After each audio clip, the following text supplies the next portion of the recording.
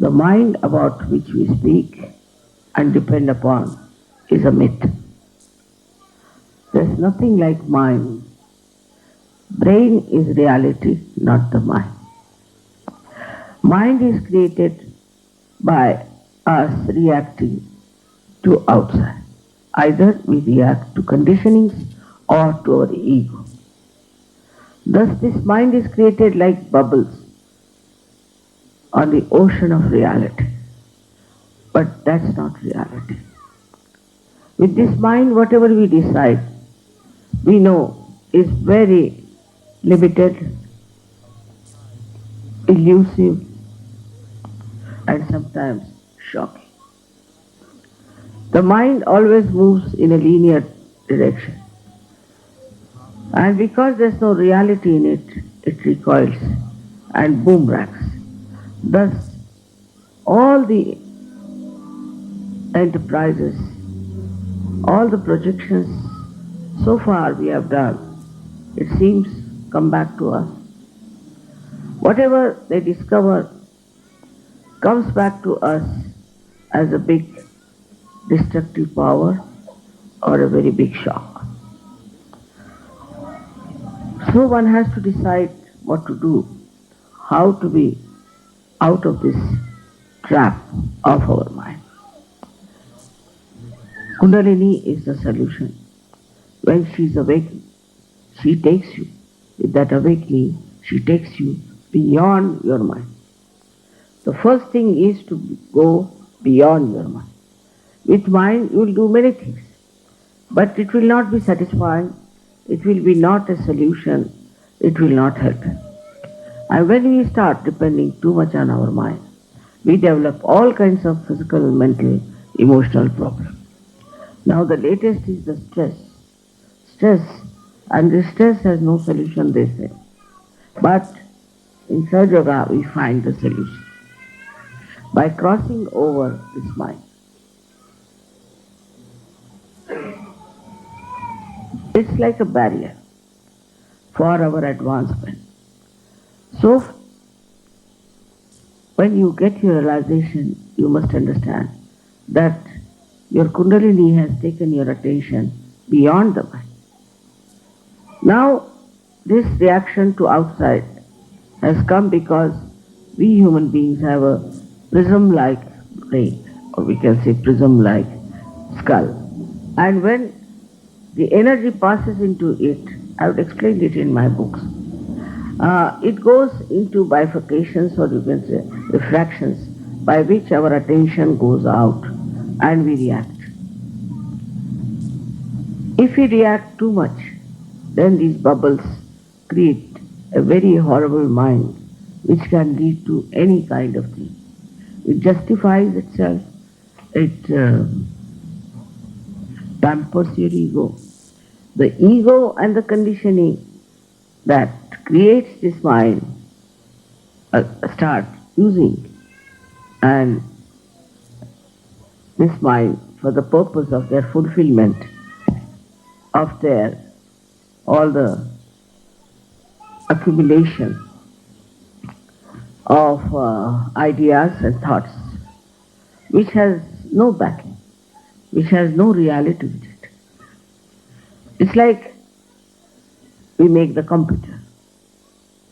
Ultimately we become slaves of the computer. We make the watches ourselves and then we become slaves of the watches. That's how it dominates human beings. And when a person who has a very strong mind decides to destroy like Hitler did with some idea, he can go on destroying, which has a very far-fetched effect on our culture, on our spirituality. Now the first step is to become thoughtlessly aware, where you cross your mind. You go above your mind. Mind cannot affect you. This is the first stage, as we call it, thoughtless awareness. Second one is where you start seeing the working of this Parama Chaitanya, of this all-pervading power, and you start becoming aware that there is a lot of truth in what Mataji says, that there is this power which works out many things. It works miraculously so many things for you. It gives you blessings, it guides you, it helps you. In so many ways it helps you. It gives you good health, good wealth, and also a very good society of very beautiful people in the collective. All that you can see clearly is happening here. Now this happening of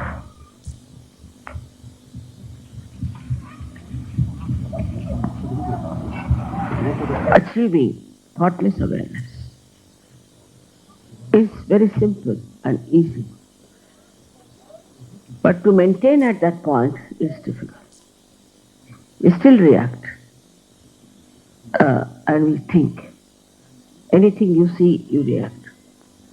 To get to that point in thoughtless awareness is first to change your attention.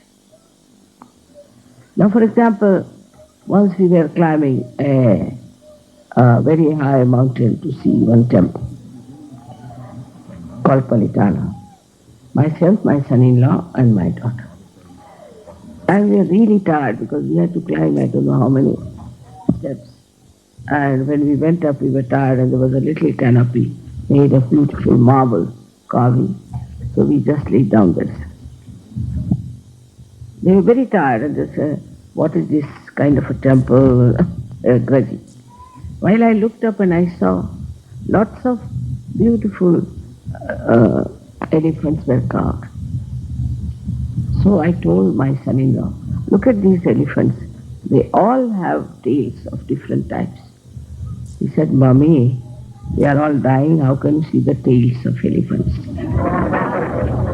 But if just to divert their attention from that tiredness, I told them that why not see these tails of the elephant, which is very different. So what happens that when you are putting your attention so much to outside all the time, then you must first of all also divert your attention. For example, you see these beautifully made things here. Your attention is something else. Just try to enjoy the beauty of that. See, there are beautiful carpets.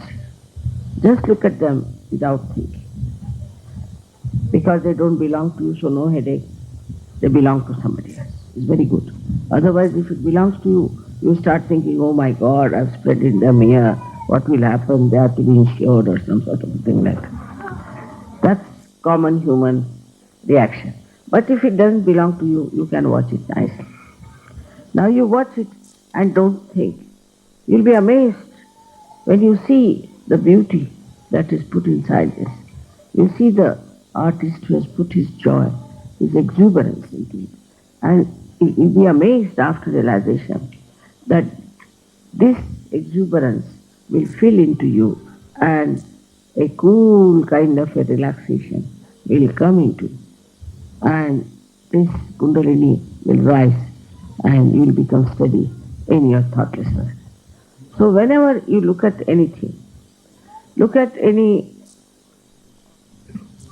beautiful thing, even say today's election, just watch the man who is elected. Watching him itself gives you blessings, gives him better ideas. You get also ideas which are coming from reality, which are there. How to make this man a successful person, or this country a successful democracy.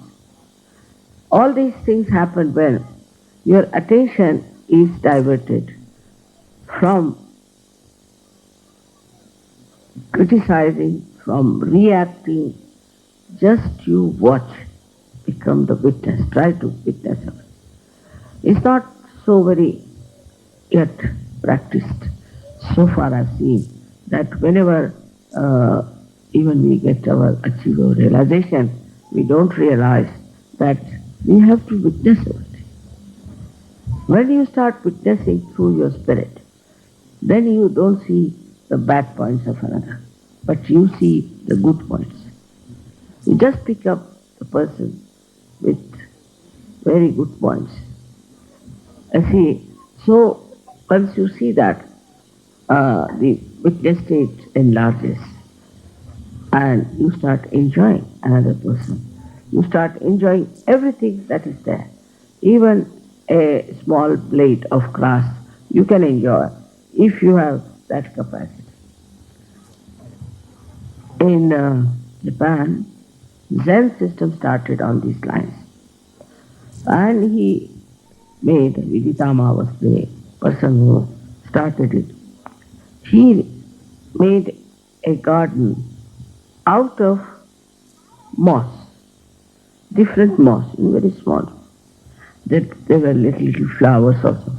And hardly about 5 feet of the garden, which looks like a shape of a question mark, you can say. You have to go on a lift and you reach that platform on top of a hill or a mountain where you see this. All little mosses are there and you see differently arranged a beautiful garden. When you start seeing it, your thought stops. Because such a marvelous thing, when you put attention to it, to its creation, your thoughts stop. So you must practice as to find out what stops your thoughts, what makes you the witness. Once you develop this habit, you will station yourself nicely in the thoughtless awareness.